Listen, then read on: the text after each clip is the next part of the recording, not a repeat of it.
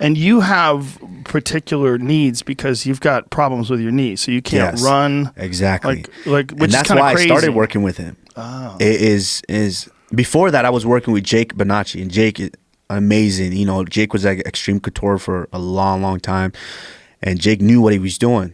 But Jake, you know, the thing with Jake was a mastermind with you know, if you're an athlete, you got all your body parts work. So this is what we need to do to get you tip-top shape. And then when Corey came in was after I had that injury, because I had a microfracture surgery. And then I had to fight the finale like 3.5 months after that. So microfracture surgery is that shit they do to try to rebuild cartilage in your knee? Is that what it is? Which was, yeah.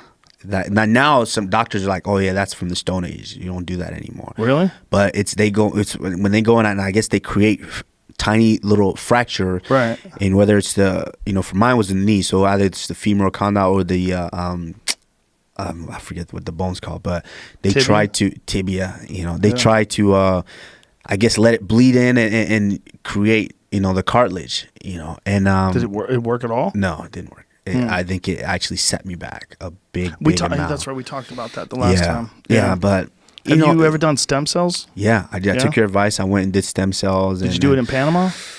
No, I didn't go to Panama.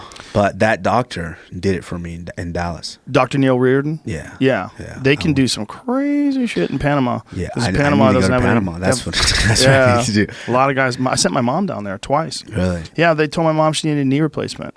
And I was like, before we do this, let's just see what happens. And it took, you know, my mom's in her 70s, so it took a while. But about 8 months in, the pain went away. And then I sent her down for a second time, and it looks even more improved. What's really crazy is I saw her over Christmas, and she looked younger. Well, yeah. So, I mean, I'm sure it has a lot of different effects, a lot of different ways that thing could help out.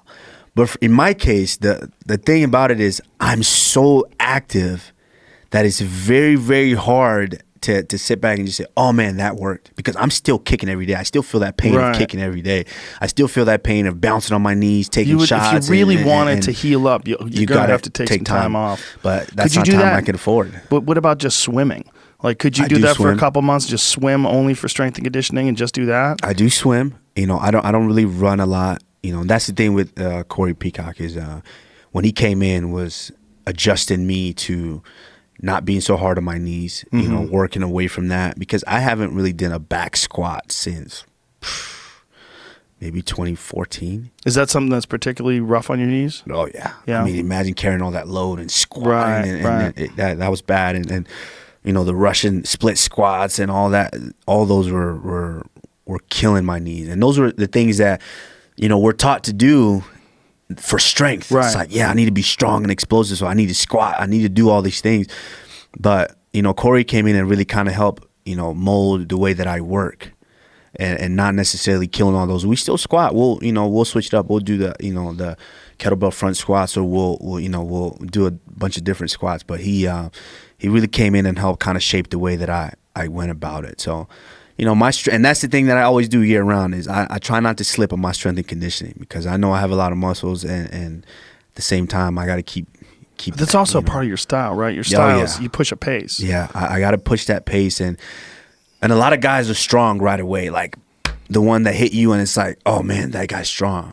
But what about the guy that hits you and then keeps going? Because a lot of guys can't maintain that and sustain that, and that's where I like to think I have an edge over everybody.